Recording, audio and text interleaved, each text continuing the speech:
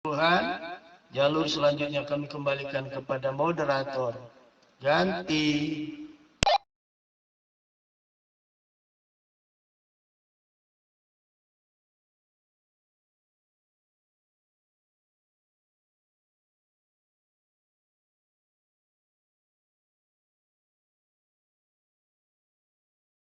Haleluya, puji Tuhan, terima kasih doanya buat Om Samiaji. Puji Tuhan, terima kasih. Saya serahkan kepada Bunda Evangelis Wiji Utami Sudaryono yang diberkati Tuhan untuk menyampaikan kebenaran firman Tuhan buat kita semua.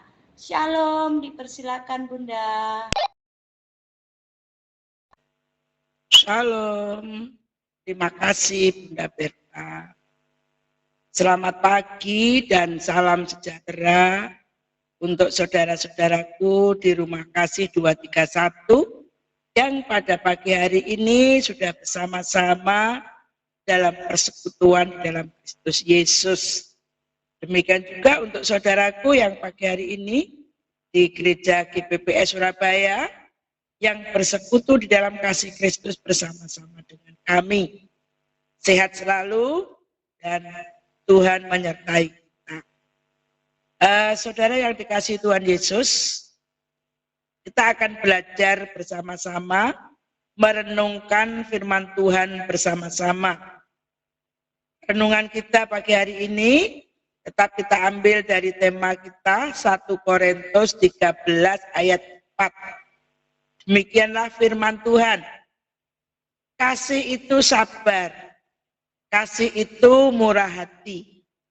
Kasih itu ia tidak cemburu, tidak memegahkan diri, dan tidak sombong. Amin.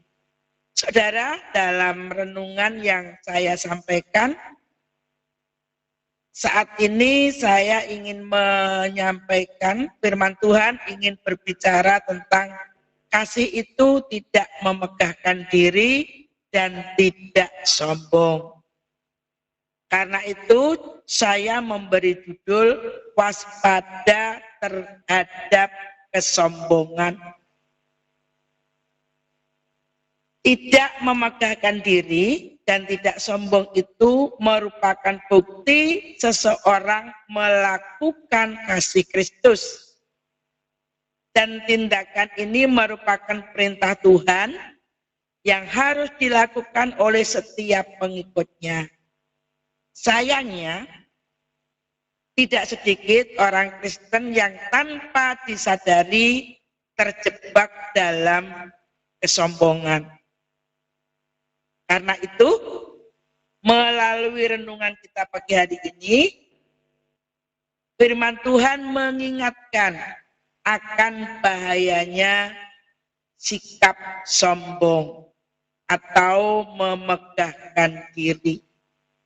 Kita belajar bersama-sama mendengarkan firman Tuhan supaya kita tidak terjebak tanpa disadari pada sikap sombong.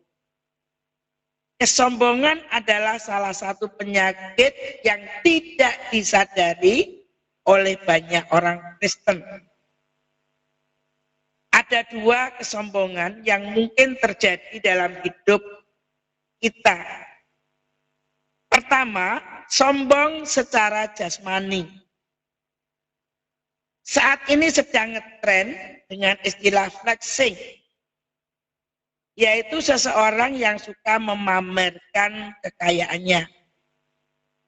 Mereka akan membicarakan dan memperlihatkan sejumlah hartanya, kebiasaan-kebiasaan hidup mewah, memamerkan sejumlah rekening bank yang dimilikinya, makanan-makanan istimewa yang dibelinya, atau membanggakan sejumlah mobil dan kendaraan yang dimilikinya dengan segala aksesorisnya yang wah. Mereka tidak segan-segan memostingnya semuanya itu di media sosial. Mereka tidak segan-segan membicarakan apa yang menjadi harta kekayaannya di tengah-tengah pergaulannya. Flexing ini menjadi penyakit sosial yang menjamur di masyarakat saat ini. Sebagai hamba Kristus, kita perlu mewaspadai hal ini agar kita tidak terjebak dalam cara hidup duniawi. Tanpa sadar kita dibawa ke arus pamer melalui pergaulan kita, melalui media sosial. Tentu saja gaya hidup flexing ini mendukakan hati Tuhan. Mengapa? Karena hidup orang Kristen tidak menjadi berkat bagi orang sekitarnya.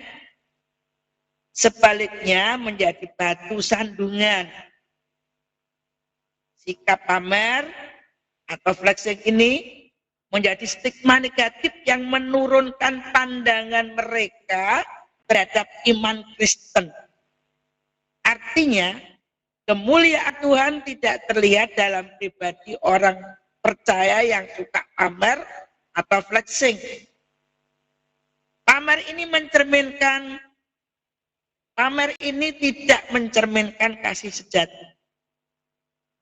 Kita tidak menunjukkan empati terhadap kondisi orang-orang sekitar. Sementara banyak ditemukan orang lain kekurangan, sementara ada yang pamer berkelimpahan. Saudaraku, pagi hari ini Tuhan mau ingatkan kepada kita. Mari belajar mengelola berkat dengan benar untuk kemuliaan Tuhan.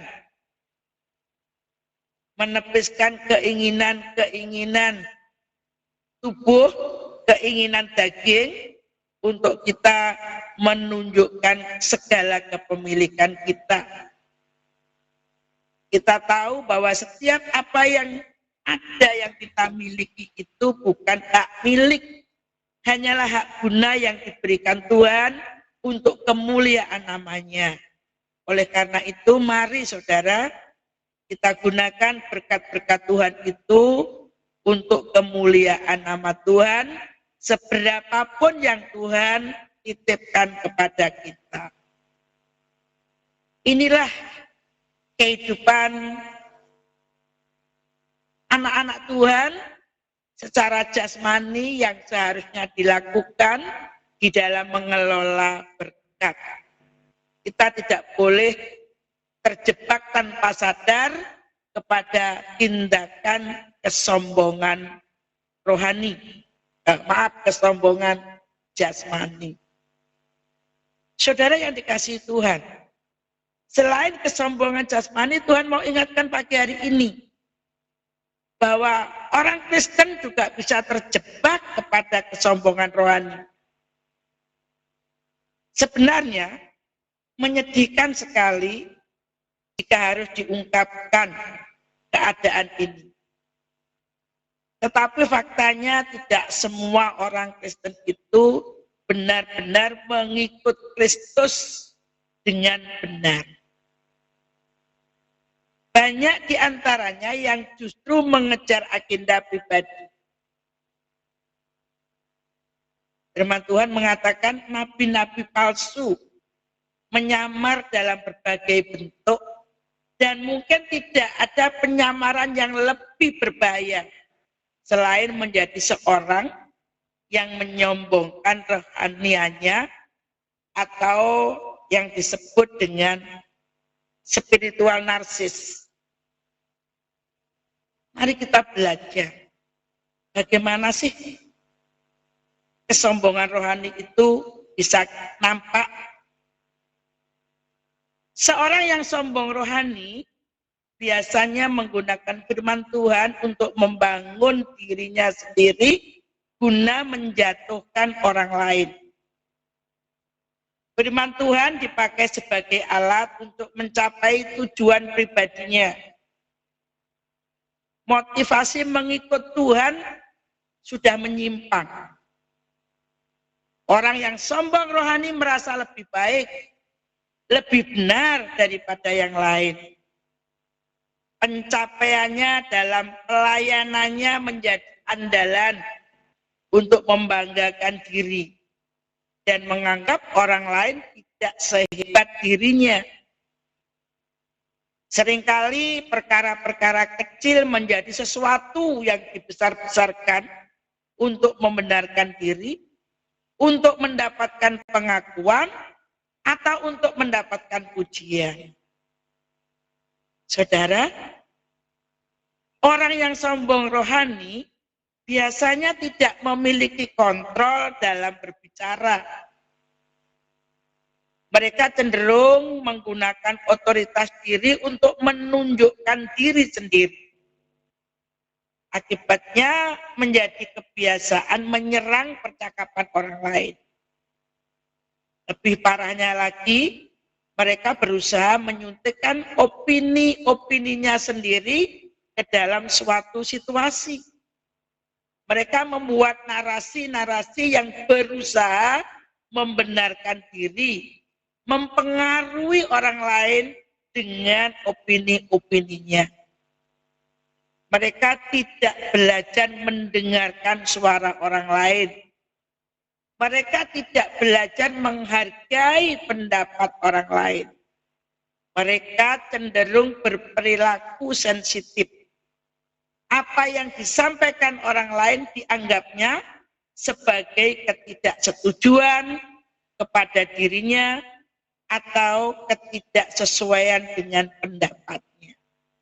Berbeda pendapat boleh-boleh saja, tetapi kasih harus tetap tumbuh untuk menyelesaikan perbedaan pendapat itu. Berbeda pemikiran tidak dilarang, karena ketika berbeda pemikiran kita akan menemukan sesuatu yang indah untuk mengatasi persoalan-persoalan di dalam komunitas kita. Namun satu hal yang Tuhan inginkan, bahwa perbedaan itu harus ditanggapi dengan kasih. Oleh karena itu pagi hari ini Tuhan Yesus mau ingatkan agar kita belajar cara yang terbaik bagi orang Kristen untuk menghindar dari kebiasaan kesombongan rohani adalah mengikuti teladan Mika, Nabi Mika, yaitu ada di dalam Mika 6 ayat 8 yang berbunyi, "Hai manusia, telah kuberitahukan kepadamu apa yang baik, dan apakah yang dituntut Tuhan daripadamu selain berlaku adil, mencintai kesetiaan, dan hidup dengan rendah hati di hadapan Tuhan." Saya akan garis bawahi, hidup dengan rendah hati di hadapan Tuhan. Rendah hati berarti merasa bukan siapa-siapa kita ini di hadapan Tuhan. Kita tidak mempunyai kelebihan apapun di hadapan Tuhan. Kita ini adalah hamba yang melayani Tuhan. Apa yang diperintahkan Tuhan, itulah yang harus dikerjakan. Harta, kepandaian, pencapaian pelayanan hanyalah alat yang diberikan Tuhan untuk kemuliaannya. Dan semua itu akan bisa kita lakukan jika kita bisa mengasihi saudara kita, mengasihi orang lain, seperti Yesus yang lebih dulu telah mengasihi kita. Saudara yang dikasihi Tuhan Yesus dan mengasihi Tuhan Yesus, orang yang sombong rohani tidak terbatas seperti itu. Kita masih bisa melihat lagi ciri yang lain.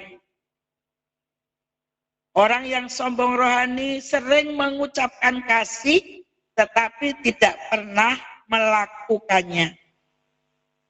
Untuk mengidentifikasi sombong rohani seperti ini adalah apakah kata-kata mereka sesuai dengan tindakan mereka.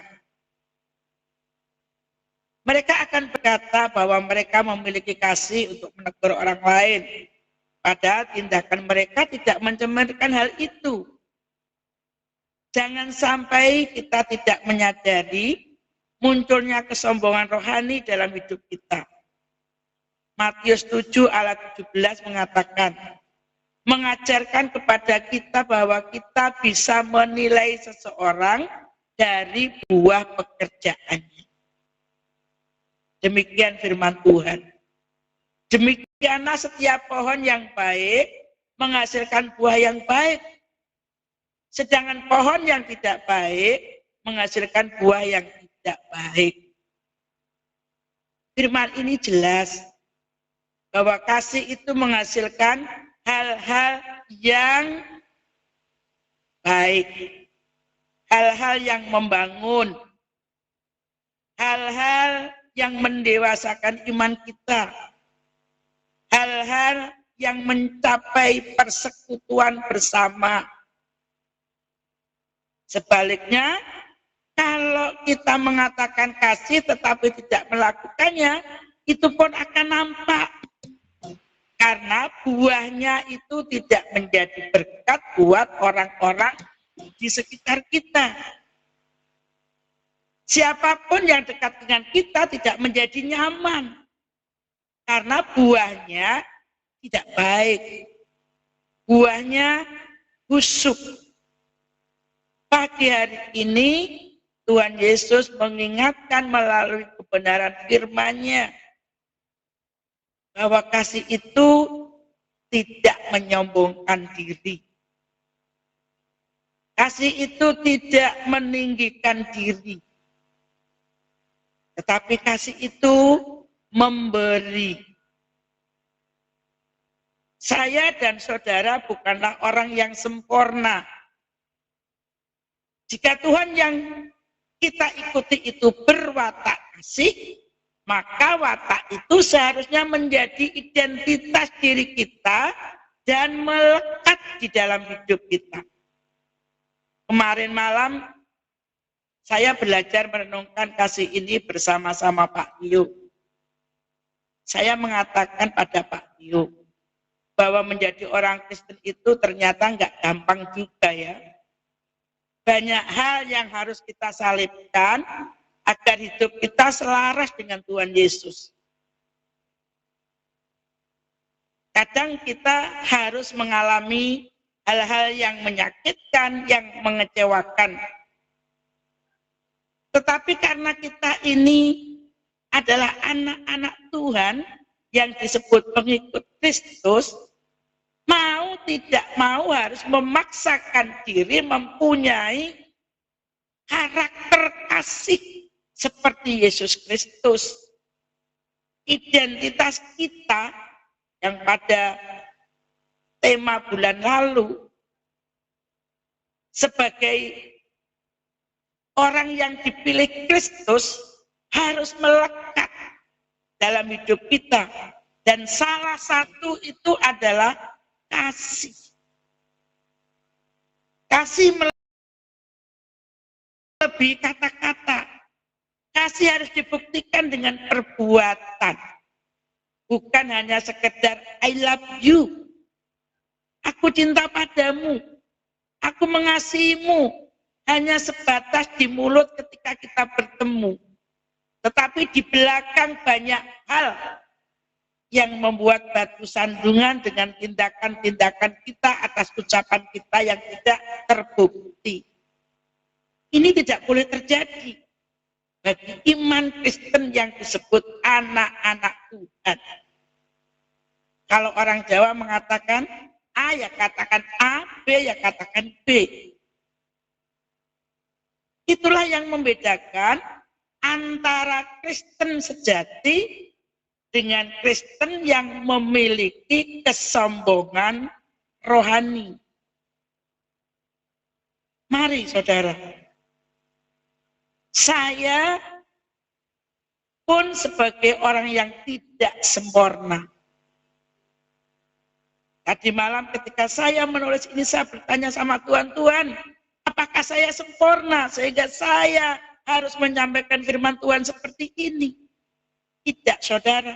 Bukan berarti suatu saat saya akan terjebak dalam kesombongan rohani. Tetapi mari kita belajar bersama-sama. Belajar memberikan kasih sejati melalui perbuatan-perbuatan nyata. Kasih sejati bukan sekedar berbagi, tetapi bisa memberikan segala perkara yang baik dan benar, sekalipun kita dikecewakan. Firman Tuhan mengatakan, kasih menutupi segala sesuatu. Kasih menutupi kekurangan orang lain, kekurangan saudara kita, kekurangan teman kita, kekurangan keluarga kita. Kasih menutupi kelemahan orang lain, kelemahan teman-teman kita, kelemahan saudara kita, kelemahan komunitas kita. Kasih ini menjadi pilihan terbaik buat setiap pengikut Kristus. Jika Tuhan Yesus menutupi dosa-dosa kita dengan darahnya, kita pun pasti dimampukannya untuk berbuat sama dengan Dia. Mengapa? Karena DNA Tuhan Yesus telah ada di dalam saya dan saudara. Karena itu, pagi hari ini, untuk menghindarkan diri dari kesombongan-kesombongan jasmani maupun kesombongan-kesombongan rohani, Tuhan mau kita banyak-banyak membaca dan merenungkan firman-Nya. Temukan kehendak Tuhan dalam hidup kita. Pengetahuan tentang firman merupakan kunci menyelaraskan pikiran, perasaan, dan cara hidup kita dengan Yesus Kristus. Makna kasih sejati dapat kita temukan secara utuh jika kita terus belajar dan mau belajar melakukan firman Tuhan. Kita paksakan mau melakukan firman Tuhan, mengalahkan kedagingan kita, mengalahkan egois kita. Sungguh saudaraku yang dikasihi Tuhan Yesus, kita patut bersyukur karena kita punya Tuhan yang demikian hebat dalam mendidik karakter kita untuk kita saling membangun satu dengan yang lain, untuk kita utuh di dalam persekutuan Kristus. Apa yang Tuhan berikan, mari kita gunakan untuk kemuliaan namanya. Segala perkara yang membuat kesombongan ini muncul, mari kita melihat pada diri kita masing-masing. Kita kikis, kita gerus, kita cungkil dari hidup kita. Kita buang jauh ke tubir laut, tertutup oleh air firman Tuhan. Inilah renungan kita pada pagi hari ini. Mari kita bersikap rendah hati di hadapan Tuhan. Tidak sombong, tidak memegahkan diri atas apa yang Tuhan titipkan dalam hidup kita. Baik kesombongan jasmani, kesombongan rohani tidak akan menjadi sesuatu dalam hidup kita. Tetapi biarlah kerendahan hati, saling mengasihi, menjadi sesuatu yang luar biasa yang boleh bertumbuh dalam iman percaya kita, dalam persekutuan kita dengan Kristus maupun dengan saudara-saudara kita di dalam Tuhan.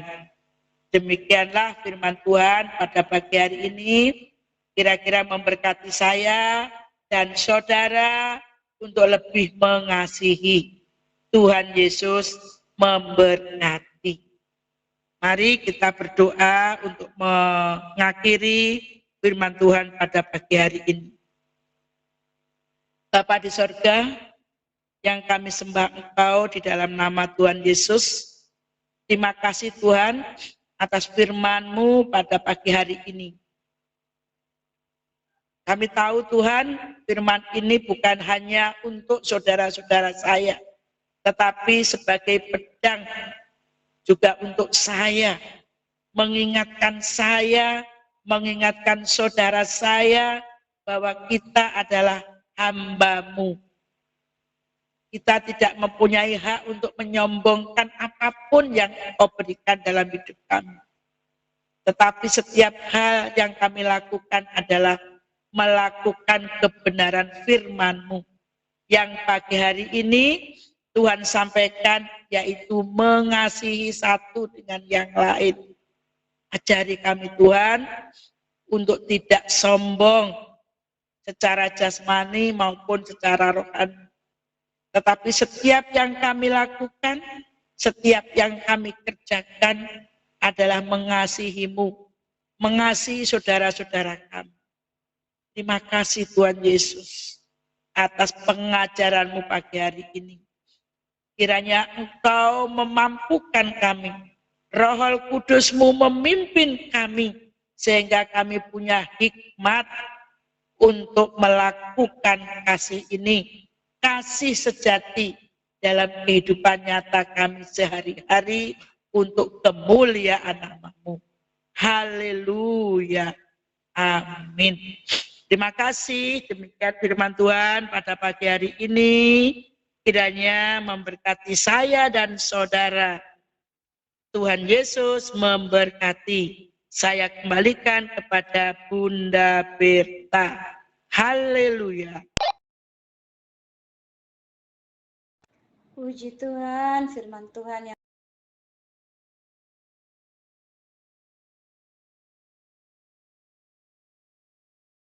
luar biasa, yang mengingatkan kita supaya kita rendah hati. Sangat luar biasa pada pagi hari ini, sangat memberkati kami, baik kami di Rumah Kasih maupun kami di GPPS Shalom. Untuk meresponi firman Tuhan, saya minta dengan penuh kasih Mami Ria Aurel yang diberkati Tuhan untuk membawakan satu pujian sebelum kita masuk di dalam doa penutup.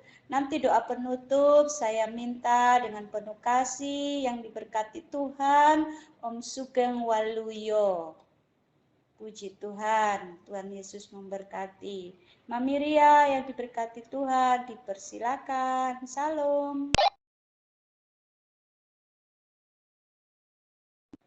Baik, mungkin Mami Ria lagi persiapan, siap-siap ya untuk kerja. Ya, puji Tuhan. Bunda Wiwi, jika Bunda Wiwi masih monitor untuk meresponi firman Tuhan, satu pujian Bunda, Tuhan Yesus memberkati. Salam. Terima kasih Pastor Berta. Selamat pagi semua. Juga Om Bram Hija. Tuhan memberkati kita semuanya bagaikan bencana. Bagaikan bencana siap dibentuk, demikian hidupku di tangan-Mu. Dengan